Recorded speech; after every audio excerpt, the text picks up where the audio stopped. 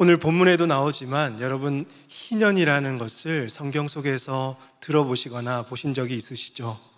희년은 하나님의 그 성품과 하나님 나라의 가치관을 잘 반영하는 사회적인 제도입니다.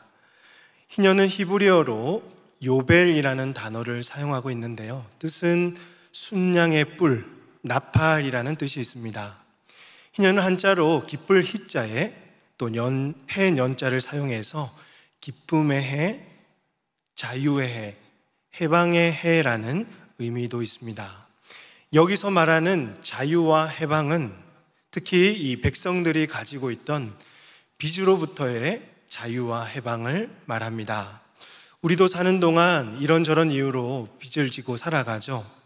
아파트를 매매하거나 또 전세를 구해야 될 때 신혼집을 마련하기 위해서 돈이 부족하면 대출을 받기도 하죠. 자영업자들은 또 가계 대출을, 학생들은 학자금 대출을, 생계비가 부족하면 일반 대출을 받는 경우들이 있습니다. 그러니 사람들은 대부분 이 빚을 지면서 살아가고 또 살 수밖에 없는 사회적 구조에 살아가고 있습니다. 이스라엘 백성들도 가난해서 빚을 질 때도 있고 고의적인 실수나 또 타의에 의해서 빚을 질 때가 있습니다. 그 빚을 갚기 위해서는 경작하던 땅을 팔아야 하는 경우도 있었고 심지어 몸을 팔아서 종이 되어야 하기도 했습니다. 그런데 희년이 찾아오면 어떻게 되냐면 모든 것이 다시 원래 모습 그대로 돌아간다는 것입니다. 모든 빚을 탕감받고 원래 주인에게로 돌아가서 아무 빚이 없는 평화의 상태로 되돌아갈 수 있는 제도가 바로 희년입니다. 특히 가난하고 빚이 많았던 사람들에게 얼마나 이 날을 기다렸을까, 얼마나 이 날이 소망이 되었을까 짐작할 수가 있는 것이죠. 그러면 희년은 언제 찾아왔을까요? 8절 말씀을 같이 한번 보겠습니다. 너는 일곱 안식년을 계수할지니 이는 7년이 7번인즉 안식년 7번 동안 곧 49년이라. 희년은 7 안식년을 계수하라고 합니다. 안식년은 7년에 한 번씩 찾아오는데 여기다가 7을 곱하면 49년이 되겠죠. 그리고 10절에서 너희는 50년째 해를 거룩하게 하여 그 땅에 있는 모든 주민을 위하여 자유를 공포하라. 이 해는 너희에게 희년이니 너희는 각각 자기의 소유지로 돌아가며 각각 자기의 가족에게로 돌아갈지며. 안식년을 7번 지나고 나서 1년을 더한 50년째 되는 해를 희년으로 정하여서 모든 주민에게 자유다, 자유를 공포하라는 것입니다. 어떤 사람은 이 희년을 평생 한 번 경험할 수도 있고 평생 경험하지 못할 수도 있었던 특별한 해였을 것입니다. 희년의 기준은 안식년입니다. 안식일은 사람이 6일 동안 일하고 7일이 되면 사람이 쉬도록 했습니다. 안식년은 땅을 6년 동안 경작해서 소출을 주인이 거두었다가 7년이 되는 해에는 누가 쉬도록 했냐면 3절과 4절 말씀, 25장 3절과 4절 말씀 보면 너는 6년 동안 그 밭에 파종하며 6년 동안 그 포도원을 가꾸어 그 소출을 거둘 것이나 7째 해에는 안식년을 가리키죠. 그 땅이 쉬어 안식하게 할지니 여호와께 대한 안식이라.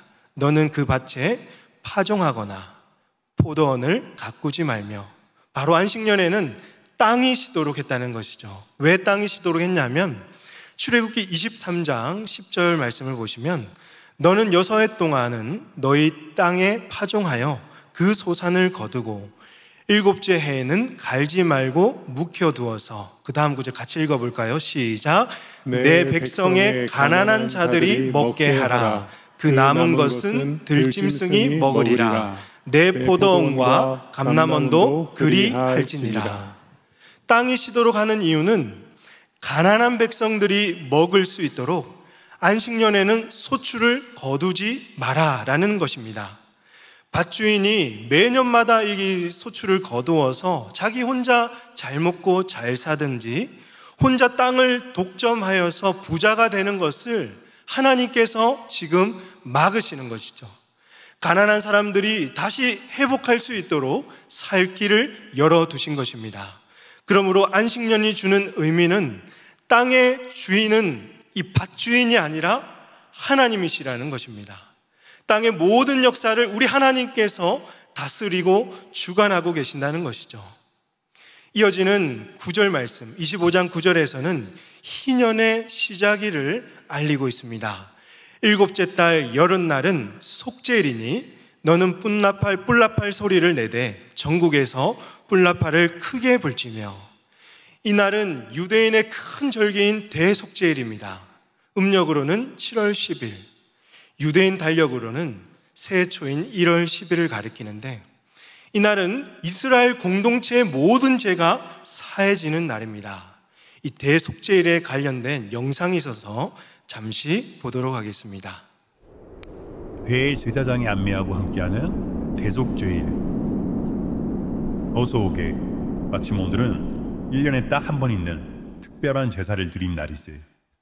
그래서 나도 오늘은 흰색의 세마포 옷을 입었지. 의식을 치르며 먼저는 염소 2마리를 준비하네. 그리고 제비를 뽑아 이후에 각기 다른 의식을 치르지. 의식을 치르며 먼저는 내 죄를 수송아지에게 전가하네. 이를 통해 내 죄가 속죄받는데 이를 위하여 수송아지를 잡지. 그 뒤 휘장 안에서 향을 피우는데 그래야 의식을 치르면서 내가 죽지를 않네. 속죄소 위에는 수송아지 피를 7번 뿌리네. 이로써 내 죄가 속죄를 받네. 이후 속죄소 위에 잡은 염소의 피를 뿌리는데 이를 통해서는 백성들의 죄가 속죄받네. 이제 남은 한 마리 염소는 어떻게 하는지 궁금하지 않나? 이 염소에게는 온 백성의 죄를 전가하네. 그 뒤 염소를 데리고 광야로 가지. 광야로 간 염소는 결국에는 죽게 되네. 안타깝지만 그래야 온 백성의 죄도 함께 그 염소와 같이 사라지게 되네. 이렇게 대속죄일 의식 중 일부를 치른다네. 그럼 나는 남은 의식을 더 치르러 가겠네. 네, 성막 안에 있는 지성소에는 아무나 들어갈 수 없었고, 이 대속죄일에는 오직 대제사장만 딱 한 번 들어갈 수가 있었습니다. 이때 대제사장은 영상에서 보셨듯이 순염소 2마리를 들고 지성소 안으로 가되, 한 마리는 영상에서 보셨듯이 속죄죄로 그 지성소 안에서 드리게 되고, 또 한 마리는 이스라엘 온 백성이 범한 모든 죄악과 불의를 그 염소의 머리에 안수하여서 모든 죄를 전가시킨 이후에 광야로 내보내는 것입니다. 이 염소를 아사셀이라고 하죠. 그러면 이스라엘 백성들의 모든 죄가 사해지게 되는 것이죠. 이 날이 희년의 시작일이라는 것입니다. 하나님은 왜 이 대속죄일을 희년의 시작으로 세웠을까요? 희년은 자유와 해방의 해입니다. 아무리 인생의 빚이 사라지고 인생의 무거운 짐을 다 벗어버린다고 해도 우리 안에, 이 인간들 안에 있는 더러운 죄악들, 하나님과의 그 관계를 깨트려버린 악한 것들로부터 자유하지 못하고 죄로부터 해방되지 않으면 진정한 자유를 누릴 수가 없게 되는 것이죠. 인생의 짐을 벗는 일도 참 중요한 일이지만 죄로부터 해방되고 구원을 얻는 것은 완전한 희년을 맞이하는 것입니다. 이 날의 기쁨을 알리기 위해서 백성들에게 나팔을 불게 하였습니다. 그것도 전국적으로 크게 불어서 구원의 기쁜 소식을 알리고자 하였던 것입니다. 이것이 희년의 시작일입니다. 그러면 두 번째로, 희년이 왔을 때 백성들에게 주어지는, 백성들이 얻는 은혜는 무엇일까요? 백성들은 왜 이 희년을 간절히 소망하며 살았는지 25장에서 4가지를 한번 살펴보면 좋겠는데요. 첫 번째는 토지 무르기입니다. 이스라엘 백성들은 땅을 경작해서 나오는 소출을 먹고 살았기 때문에 이 땅은 생존과 직결되었습니다. 그런데 어떤 사람이 이제 빚을 지게 되면 제일 먼저 땅을 팔아야 했습니다. 땅을 판다는 것은 땅의 경작권을 다른 사람들에게 넘기는 것이죠. 최대 몇 년 동안? 49년 동안이죠. 대신 이 땅을 내어줄 수는 있겠지만 이 땅을 다른 사람에게 팔 수는 없었습니다. 왜냐하면 땅의 주인은 하나님이시고 50년이 되는 해에는 이 땅을 원래 주인에게로 돌려주어야 됐기 때문이죠. 23절 보시면 토지를 영구히 팔지 말 것은, 토지는 다 누구 것입니까? 하나님의 것이다 라는 거죠. 너희는 거류민이요 동거하는 자로서 나와 함께 있느니라. 희년이 되기 전에 땅을 되찾을 수 있는 방법도 있었습니다. 원래 주인이 이 돈을 많이 벌어서 그 빚을 다 갚으면 되고, 아니면 그와 가까운 기업 물을 자가 땅을 물으면 되찾을 수가 있었습니다. 기업 물을 자, 히브리어로 고엘이라고 하는데, 우리 룻기에서 나오미의 가정에 기업 물을 자가 혜성처럼 등장하잖아요. 바로 보아스이죠. 보아스가 그의 고엘이 되어서 나오미 가정을 회복시키시고 룻과 결혼하여서 다윗의 조상이 되었습니다. 정리하면 토지 무르기는 모든 땅이 하나님의 것이기 때문에 함부로 사고 팔 수가 없으며 잃어버린 땅을 다시 회복할 수 있는 고엘의 은혜가 있었다라는 것입니다. 두 번째로 가옥임대입니다. 가옥임대는 일반 백성과 레위 자손들의 차이가 있었습니다. 일반 백성의 경우는 성 안의 가옥과 성 밖의 가옥을 구분하고 있습니다. 만일 성 안의 가옥을 팔았을 경우에는 1년 안에 사지 않으면 구입한 사람의 가옥이 됩니다. 다르게 성 밖의 가옥 같은 경우는 희년이 되면 주인이 되돌려 받을 수 있고 그전에도 되찾을 수가 있었습니다. 이렇게 구분한 이유는요, 성 안의 가옥은 대개 부자들이 거주하는 가옥이었고, 그러면 생계에는 큰 지장이 없었기 때문이었죠. 성 밖의 가옥은 가난한 사람들이 살아서 생계에 큰 어려움이 있었기 때문에 희년이 될 때면 돌려받을 수가 있었던 것이죠. 그러니 이 희년 제도는 지극히 가난한 자들을 살리기 위한 하나님의 마음이 반영되어 있는 것입니다. 레위인의 경우는 성 안이든지 성 밖이든지 언제든지 되찾을 수가 있었습니다. 레위인은 이 성읍을 제외하고는 아무런 재산이 없었기 때문이죠. 세 번째로 이자 없는 대금입니다. 만일 형제가 가난하게 되어서 빈손으로 이제 형제 곁에 오게 되었을 때 그를 도와주라고 합니다.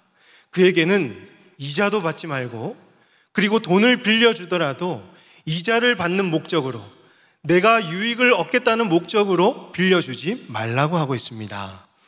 레위기 25장 36절에서 너는 그에게 이자를 받지 말고 내 하나님을 경외하여 내 형제로 너와 함께 생활하게 할 것인즉, 또 25장 17절에서 너희 각 사람은 자기 이웃을 속이지 말고 내 하나님을 경외하라. 나는 너희의 하나님 여호와이니라. 45절 말씀, 너는 그를 엄하게 부리지 말고 내 하나님을 경외하라 라고 했습니다. 여기서 반복되는 문장이 무엇입니까? 하나님을 경외하라 라는 겁니다. 하나님을 경외한다고 하면 마치 예배당에 앉아서 경건하게 예배를 드리고 또 성품도 예수님처럼 곱고 신앙적인 행위를 떠올리는 경향들이 있습니다. 그러나 지금 우리가 읽은 이 말씀은 하나님을 경외하는 것은 하나님을 사랑하는 자들을 사랑하고 아끼고 돌보는 것을 가리키고 있습니다. 하나님을 경외하는 자는 하나님을 속이지 않는 것은 물론이고 가난한 이웃도 속이지 않아야 했으며 자기 이익을 위해서 이자를 취하는 행위를 하지 말아야 했던 것입니다. 그러므로 가난하고 연약한 자를 이용하려 하거나 자기를 이익을 챙기기 위한 도구로 여기지 말고 그가 공동체 안으로 들어와서 안정되게 생활할 수 있도록 그를 항상 사랑하고 돌보고 아껴 주어야 한다라는 것이죠. 이것이 하나님을 경외하는 행위라는 것입니다. 마지막으로 노예 해방입니다. 땅을 팔고 팔 것 다 팔아도 그래도 빚을 갚지 못하면 결국 몸을 팔아야 했습니다. 몸을 판다는 것은 노예가 된다는 것입니다. 하지만 하나님은 무조건 노예가 되도록 내버려 둔 것이 아닙니다. 희년이 될 때까지 종으로 살게 하지만 희년이 되면 다 풀려나는 것이죠. 고용인은 종에게 노동을 시킬 수 있었지만 그를 하대하거나 인격을 무시해서도 안 되었고 노예처럼 부려먹지 못하게 제도를 만들어 놓았습니다. 종의 인격을 존중해 줘야 됐고 희년이 되기 전에 빚을 갚을 경우에는 바로 그 자리에서 자유인으로 풀어줘야 됐던 것이죠. 희년이 되면 완전한 자유를 얻어서 집으로 돌아갈 수가 있게 되었던 것이죠. 왜냐하면 모든 백성은 다 하나님의 종이었기 때문입니다. 55절 말씀 보시면 이스라엘 자손은 나의 종들이 됨이라. 그들은 내가 애굽 땅에서 인도하여 낸 내 종이요 나는 너희의 하나님 여호와이니라. 하나님의 종을 그 누구도 함부로 대할 수가 없었던 것입니다. 여기까지가 희년이 주는 은혜입니다. 그런데 구약 성경을 보면요, 이 희년이 지켜졌다는 것을 거의 찾아볼 수가 없습니다. 하나님 나라에서 꼭 지켜져야 했던 사람들의 그 경제적인 평등, 가난한 자를 향한 사회적 책임이 이루어지지 않았다는 것이죠. 이스라엘 백성들은 율법을 지키지 않았고 왕족들과 땅을 소유한 부유한 자들은요, 당연히 이 희년이 찾아오는 것을 좋아하지 않았을 것입니다. 이스라엘 백성들은 타락하여서 심지어 안식년도 지키지 않았던 것입니다. 이처럼 사라진 것 같았던 희년이었으나 이사야 선지자는 백성들에게 이 희년의 소망을 안겨주고 있는데요, 이사야 61장 1절과 2절 말씀 같이 한번 읽도록 하겠습니다. 시작. 주 여호와의 영이 내게 내리셨으니 이는 여호와께서 내게 기름을 부으사 가난한 자에게 아름다운 소식을 전하게 하려 하심이라. 나를 보내사 마음이 상한 자를 고치며 포로된 자에게 자유를, 갇힌 자에게 노임을 선포하며 여호와의 은혜의 해와 우리 하나님의 보복의 날을 선포하여 모든 슬픈 자를 위로하되. 지금 이사야 선지자는 이 어두운 시대에 주의 영이 임한 한 사람이 나타나서 마음이 상한 자를 고치고 포로된 자에게 자유를, 갇힌 자에게 노임을 줄 것을 선포하고 있습니다. 바로 이 희년이 말했던 자유와 해방을 얻을 수 있는 그 은혜의 해를 예언하고 있는 것이죠. 즉 메시아가 나타나서 이 희년을 성취할 것이라는 말씀입니다. 모든 소망이 끊어진 자들에게 이 빗줄기 같은, 빛 같은 소식은 그들에게 마치 생명과 같은 예언이었을 것입니다. 여러분, 이 희년을 성취할 메시아는 누구일까요? 바로 예수 그리스도이시죠. 예수님은 광야에서 사탄에게 시험을 받으시고 나사렛 동네에 있던 회당에 가셔서 성경을 펼치시면서 이사야의 예언을 설교하고 계십니다. 누가복음 4장 18절에서 21절 말씀을 보시면 주의 성령이 내게 임하였으니 이는 가난한 자에게 복음을 전하게 하시려고 내게 기름을 부으시고 나를 보내사 포로된 자에게 자유를, 눈먼 자에게 다시 보게 함을 전파하며 눌린 자를 자유롭게 하고 주의 은혜의 해를 전파하게 하려 하심이라 하였더라. 책을 덮어 그 맡은 자에게 주시고 앉으시니 해당에 있는 자들이 다 주목하여 보더라. 21절 같이 읽습니다. 시작. 이에 예수께서 그들에게 말씀하시되 이 글이 오늘 너희 귀에 응하였느니라 하시니. 이는 바로 예수님이 이곳에 오셔서 희년을 성취하시고 은혜의 해를 선포하셨던 것입니다. 예수님은 가난하고 궁핍하고 포로된 자에게 자유를 주셨습니다. 그리고 죄로부터 포로된 자에게 제사슬을 끊으시고 그들을 해방하셔서 영적으로 눈이 멀은 자들에게, 사망의 길을 걷는 자들에게 그 모든 죄악들을 건져내시고 생명의 길을 여셨던 것입니다. 예수님은 진정한 고엘이 되셔서 우리의 빚을 다 갚아주시고 새로운 살 길을 열어주셨습니다. 여러분, 이것을 믿으십니까? 예수님이 바로 이 희년을 성취하셨고 이것을 위해서 예수님이 이 땅에 오셨으며 우리가 보고 들은 예수님이 전한 복음입니다. 사랑하는 성도 여러분, 이제 우리는 구약 백성들처럼 50년, 100년 기다릴 필요가 없습니다. 예수님이 이미 희년을 성취하셨기 때문입니다. 우리의 모든 죄를 다 갚아주셨습니다. 죄로부터 진정한 자유를 우리는 누리고 있습니다. 그렇다면 우리 안에 이 희년의 기쁨과 자유가 있습니까? 예수님 안에서 진정한 자유를 누리면서 정말 여러분은 죄로부터 해방된 감격 속에 살아가고 계십니까? 우리는 여전히 죄 가운데 빠져서 세상에 때로 물들어 있고 세상 사람들과 똑같이 경쟁하고 있고 똑같이 경제적인 부를 얻으려 하고 있죠. 그러다 보니까 사람들과 똑같이 다투고 양보는 없고 자기 이익을 위해서 살아가고자 하는 것입니다. 우리는 영원한 것을 바라보면서 하늘의 소망을 두며 살아가야 되는데 여전히 이 세상 제도에 얽매여 있어서 당장 보이는 물질에 매여 있고 유한한 것들에 우리의 마음을 사로잡혀 있는 것이죠. 오늘 우리는 하나님의 거룩한 백성입니다. 희년을 이미 얻은 구원받은 백성이에요. 이 세상에서 그렇다면 어떻게 살아가야 될까요? 어떤 소망을 누리면서 살아가야 되겠습니까? 첫 번째로 여러분, 하나님의 청지기가 되시길 바랍니다. 희년의 근본적인 정신은요, 온 땅의 주인이 하나님이시다라는 것이죠. 이 땅에서 모든 것은 다 하나님의 것입니다. 우리의 존재도, 우리가 가지고 있는 모든 소유, 이 땅에 있는 모든 자연 만물이 다 하나님께서 창조하셨고 지금도 다스리고 계십니다.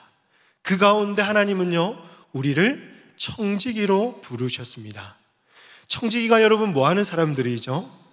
주인의 모든 것을 맡아서 주인의 뜻대로 합당하게 관리하는 자들이죠. 하나님께서 이 땅에 잠깐 살아가는 오늘 우리에게 하나님의 것들을 맡기셔서 주인의 뜻대로 사용하게 하셨습니다. 그런데 오늘 우리 중에는 이를 잊어버리고 마치 내 안에 있기 때문에, 내 수중에 있기 때문에, 내 주머니 속에 있기 때문에 내 것으로 여기며 누리고 사용하고 있다면 주인이 바뀌어버린 것이죠. 인생의 주인이 하나님으로부터 내가 되는 그 순간에 여러분, 타락한 옛사람으로 돌아가는 것이고 하나님과 점점 멀어져서 죄로 인해 사망의 길로 가게 되는 것입니다. 하지만 청지기로 살아가는 자들은 진정으로 하나님을 경외하여서 공동체를 향한 하나님의 마음을 아주 소중하게 여깁니다. 희년은 이 사회에서 가난하고 빚 때문에 억눌리고 자유를 잃어버린 자들을 위하여 부당한 노동으로 인해서 고통당하는 자들에게 진정한 자유를 주고 인간다운 삶을 살아갈 수 있도록 회복시켜주는 제도입니다. 하나님은 가난하고 약한 자들을 결코 외면하신 적이 없으십니다. 우리는 하나님의 마음을 닮아서 이들의 신음을 들을 수가 있어야 되며 그들의 필요를 채워줄 수 있는 의무를 감당해야 하는 것이죠. 어떤 모양이라도 자신이 할 수 있을 만큼 그들을 돕고 보살펴 주어야 하는 것이 오늘 청지기의 삶이라는 것입니다. 다만 우리가 가진 것으로는 돕는 일에 많은 한계가 있죠. 우리가 다 그들의 필요를 채워줄 수는 없습니다. 그죠? 무엇이 바뀌어야 될까요? 바로 이 사회 구조와 제도가 바뀌어야 하는 것입니다. 성도들이 정말 이 세상에 나가서 구조를 변화시켜야 되고 사회적인 책임을 지는 일에 앞장서서 일해야 하는 것이죠. 단순히 한두 사람 살리는데 그치지 않고 이 사회 전반적으로 흩어져서 불의와 부도덕을 없애고 한 사람이 불을 독점하는 것을 힘을 다해서 막아내고 우리의 목소리를 내어서 때로는 다투더라도 그들의 잘못을 꾸짖을 수 있어야 하는 것입니다. 모든 사람이 평등하게 대우받고 공평과 정의를 시행한 나라에서 살아갈 수 있도록 우리 성도들이 진정한 사명을 가지고 영향력을 끼치면서 살아가야 하는 것이죠. 그리고 따뜻한 사랑으로 그들에게 다가가서 그들의 필요를 어느 채워줄 수 있어야 되는 것입니다. 사랑하는 성도 여러분, 이 일에 동참할 수 있기를 바랍니다. 가난한 자들에게 여러분이 고엘이 되어주시고 하나님의 청지기로 신실하게 살아갈 때 하나님께서 여러분의 필요를 채우시고 여러분의 삶을 도우시고 모든 것을 책임져 살아가게 하실 줄로 믿으시길 바랍니다. 두 번째로 예수 그리스도께서 성취하신 희년의 자유를 누리시기 바랍니다. 여전히 우리 중에 삶의 짐이 무겁고 버거워서 사는 것이 고통스러운 분들이 많습니다. 늘어나는 빚 때문에 생활은 점점 힘들어지고 직장에서 부당한 대우를 당해서 몸은 지쳐가고 일하기도 싫고 또 가정에서는 이 가장들이 이 가정을 책임져야 하는 무거운 짐들 때문에 많이 부담스러워합니다. 세상은 우리에게 많은 경쟁을 요구하고 있고 그 경쟁에서 살아남지 못하면 저 사람은 실패한 인생이다 그렇게 전락해버리죠.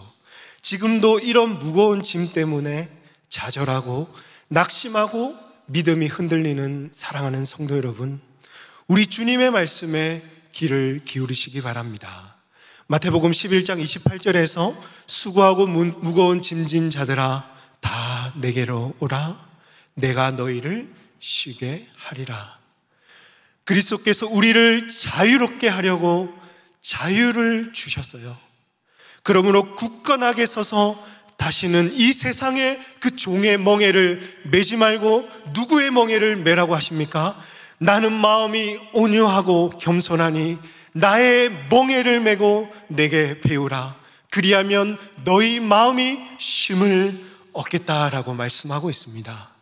예수님은 이 땅에서 신음하고 좌절과 슬픔 가운데 있는 자들에게 참된 쉼과 자유를 주시기 위해서 이 땅에 오신 줄로 믿습니다. 예수님은 희년을 성취하셨습니다.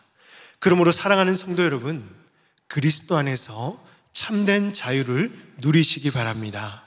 그분께 여러분의 무거운 짐들을 다 내어 맡기고 삶이 회복되시길 바랍니다. 예수님은 우리의 고엘이 되셨습니다. 세상에서 죄로 인해 종로로 타고 있는 오늘 우리를 구속하기 위해서 우리의 친족이 되셨고 그의 핏값으로 우리를 사해 주셨습니다. 이제는 여러분 이 희년의 기쁜 소식을 오늘 우리만 알고 있기보다는 정말 전국적으로 나팔을 불어서 모든 사람이 다 알 수 있도록 소리 높여 찬양하면서 그 은혜의 해를 선포하는 우리 모든 성도님들 다 되시기를 주님의 이름으로 축복합니다.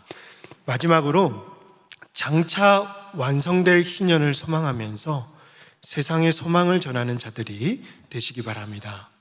주님이 성취한 희년을 우리가 이미 맛보고 있습니다. 하지만 우리에게는 더 영광스럽고 영원한 자유와 쉼이 아직 남아 있습니다. 그곳은 아픔도 슬픔도 고통도 없는, 갚아야 할 빚도 없는, 빚 때문에 잠도 이루지 못하는 그런 밤낮이 없는, 오직 누릴 것만으로 충만한 새하늘과 새 땅이 기다리고 있습니다. 지금은 비록 부족하고 연약한 모습으로 살아가고 있지만, 삶의 문제들로 인해서 신음하고 있지만, 우리 삶의 소망은 여러분, 이 땅에 많은 땅이나 부동산이나 금은보화가 아니잖아요. 주님 품에 안겨 안식하는 그 자유의 해를 기다리고 있는 것입니다. 여러분, 이 소망이 있으면 조금 부족하도 살아갈 수 있는 용기를 얻을 수가 있습니다. 우리의 마음과 영혼을 주님으로 인해서 부유할 수 있고 참 만족을 누릴 수가 있을 것입니다. 사랑하는 성도 여러분, 이 소망을 잃어버리지 마시고 꼭 간직하시길 바랍니다. 소망을 잃은 사람들은요, 소망을 전할 수가 없어요. 앞으로 주님이 완성하실 그 완전한 희년을 기다리면서 세상에 포로된 자들에게 진정한 자유를 선포하고 제사슬에 묶여있는 자들에게 구원을 주시는 예수 그리스도를 증거하는 복된 우리 모든 백성들 다 되시기를 주님의 이름으로 축복합니다. 이 시간 우리 함께 찬양하겠습니다. 진정한 하늘 소망을 품으면서 주님 앞에 찬양하길 원합니다. 하나님 나라의 백성들은요, 그 소망 품고 살아가는 자들이에요. 오늘 이 찬양 진심으로 고백하며 주님 앞에 나아가도록 하겠습니다.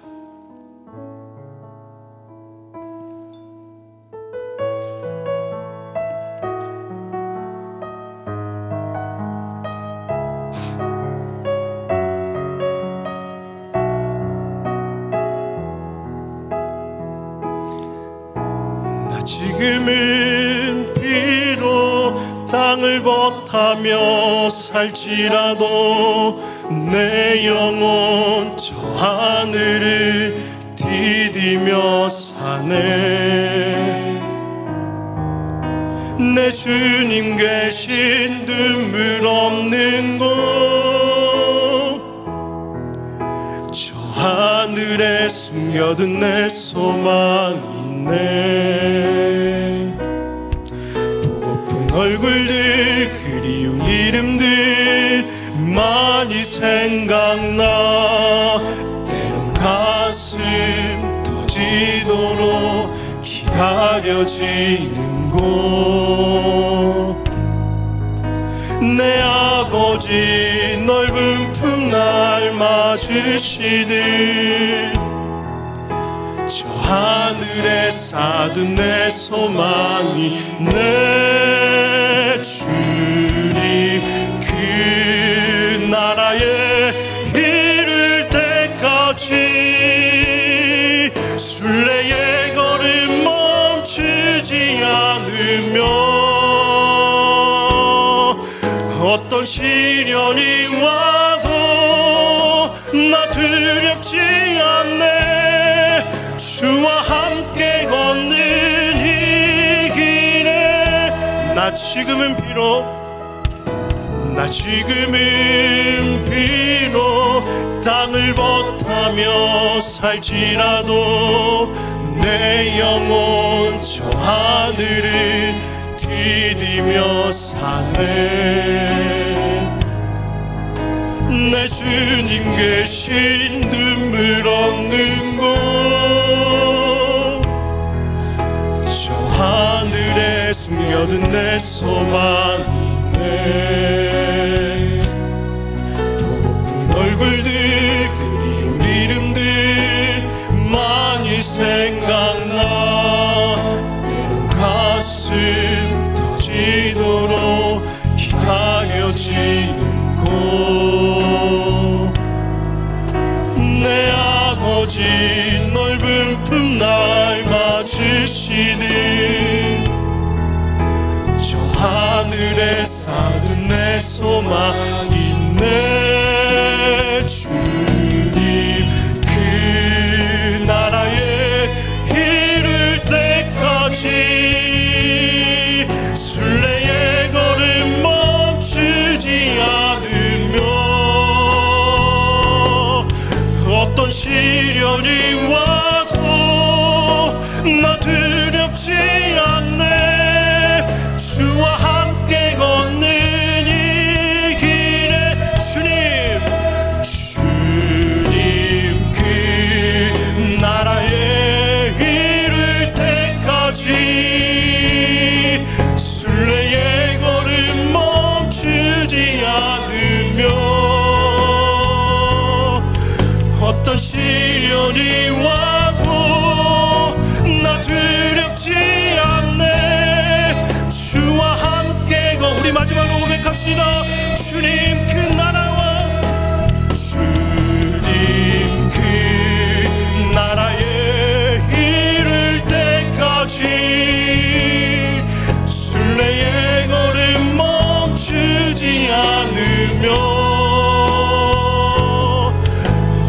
시련이 와도 나 두렵지 않네.